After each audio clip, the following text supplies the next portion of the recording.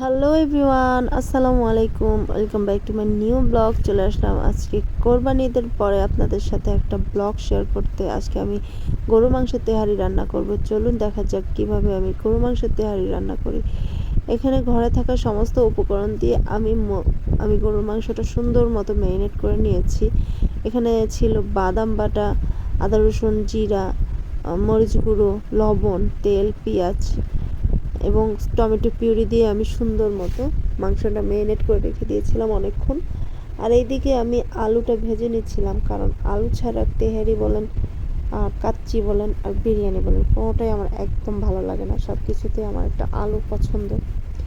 আলুটা ভাজা হলে আমি তুলে নিয়েছি এবং ওই কড়াইতেই পরিমাণ মতো তেলে আমি পরিমাণ মতো পেঁয়াজ দিয়ে সুন্দর করে ভেজে নিচ্ছিলাম। আসলে অনেক দিন যাবৎ আপনাদের সাথে কোনো ব্লগ শেয়ার করা হয়নি, কারণ আমি অনেক দিন যাবৎ অসুস্থ। এখনও পুরোপুরি সুস্থ হয়নি, আমি অনেকটা অসুস্থ এখনও, যার জন্য ওইভাবে আপনাদের সাথে আমি ঈদের কোনো ব্লগগুলোই শেয়ার করতে পারিনি। আজকে যেহেতু চিন্তা করলাম যে তেহারি রান্না করছি, তাহলে কেন একটু আপনাদের সাথে শেয়ার করব না, এই জন্য আপনাদের সাথে চলে আসলাম একটু শেয়ার করতে। এদিকে আমি পেঁয়াজের মধ্যে গরম মশলা দিয়ে দিচ্ছি। আজকে আমি রাঁধুনি রেডিমিক্স বিরিয়ানির মশলা, মানে তেহারির মশলা, এটা দিয়ে তেহারিটা রান্না করব। আসলে এই মশলাগুলো দিয়ে রান্না করলে হয় কি, ঝটপট রান্নাটা করা যায়, ঝটপট একটা ভালো একটা ফ্লেভার পাওয়া যায়। নইলে দেখা যায় অনেক ঝামেলা পোহাতে হয়, নিজে নিজে মশলা বানাতে হয়, বিশাল একটা ব্যাপার স্যাপার থাকে।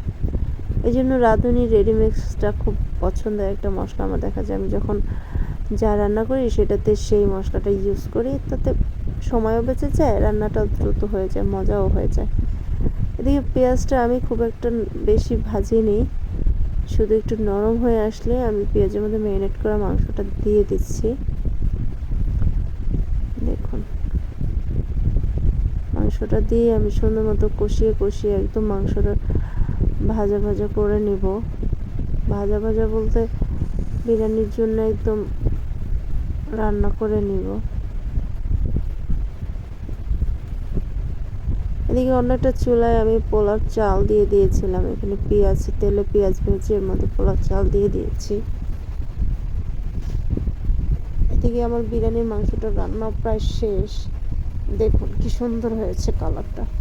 আমি ভাজা আলুগুলো দিয়ে দিয়েছিলাম যাতে একটু ভাপে সেদ্ধ হয়ে যায়। প্রত্যেকবার আমি বিরিয়ানির আর মাংসটা আলাদা আলাদা রান্না করে, পোলাওটা আর মাংসটা আলাদা আলাদা রান্না করে একসাথে মিক্স করে তারপর ভাপে দিয়ে রাখি। কিন্তু যেহেতু আছে গরুর মাংস, একটু সেদ্ধটা আমি যাতে বেশি হয় এই জন্য একসাথে কষিয়ে চালের সাথে তারপর আমি ঝোল দিয়ে দেবো, যাতে চালের সাথে সাথে মাংসটাও আর একটু সেদ্ধ হয়ে যায়। দেখুন, এখন আমি মিক্সড করে নেব, একসাথে কষিয়ে কষিয়ে রান্না করব।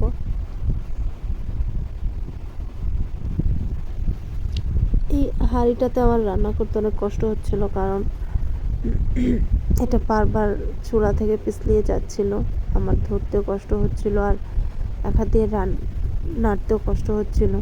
তাই চিন্তা করছিলাম পাতিলটা চেঞ্জ করব। এর মধ্যে সামনে একটা পাতিল দেখছি, ভাবছি এটাতে ট্রান্সফার করে দিব বিরিয়ানিটাকে, মানে তেহারিটাকে। আসলে আমি তেহারি বিরিয়ানি খাচ্ছি, সবটাই একই রকম মনে হয় আমার কাছে কেন জানি। দেখুন, চালের সাথে আমি খুব সুন্দর করে মিক্সড করে এখন আমি অন্য একটা পাতিলে শিফট করে নেব। একটা বড় একটা খোলামেলা পাতিলে আমি এখন দিয়ে তারপর ঝোল দিয়ে দিয়েছি। দেখুন, ক্যামেরাতে দেখাচ্ছে যে এটা হলুদ হলুদ, আসলে আমি কোনো হলুদ ইউজ করিনি, এখানে পুরো লাল মরিচটা শুধু ইউজ করেছিলাম 1 চামচ।